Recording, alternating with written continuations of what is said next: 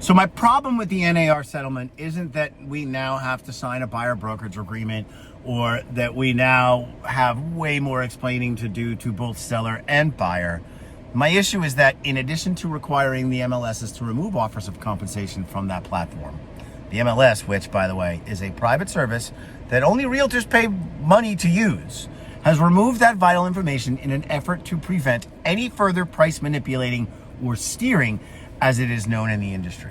Now, the NAR also agreed to do away with the guaranteed broker compensation system that has been in place for well over 50 years.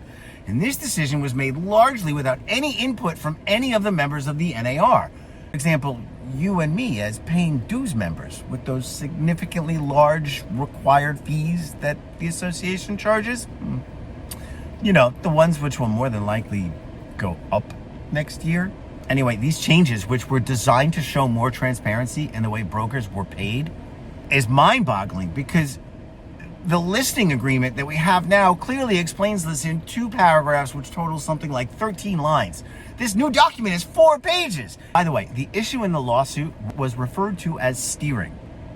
And the money that was spent for this settlement, this $418 million, should have gone to pay for better policing of the system or at least research a new one. Instead, what the NAR will have us doing now will no doubt encourage discrimination among sellers and sellers agents, which will negatively affect all consumers and any licensed realtor agent and their broker subsequently. So my big question about all of this is, how does that help me do business better?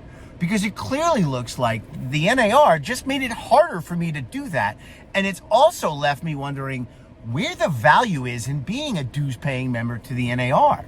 And I never thought I would say that, but when you're totally inhibiting how we as realtors do business, and you have made it harder for us to build trust with any new client, I wonder if maybe you should have at least consulted them before you agreed to settle. That's my problem with the NAR.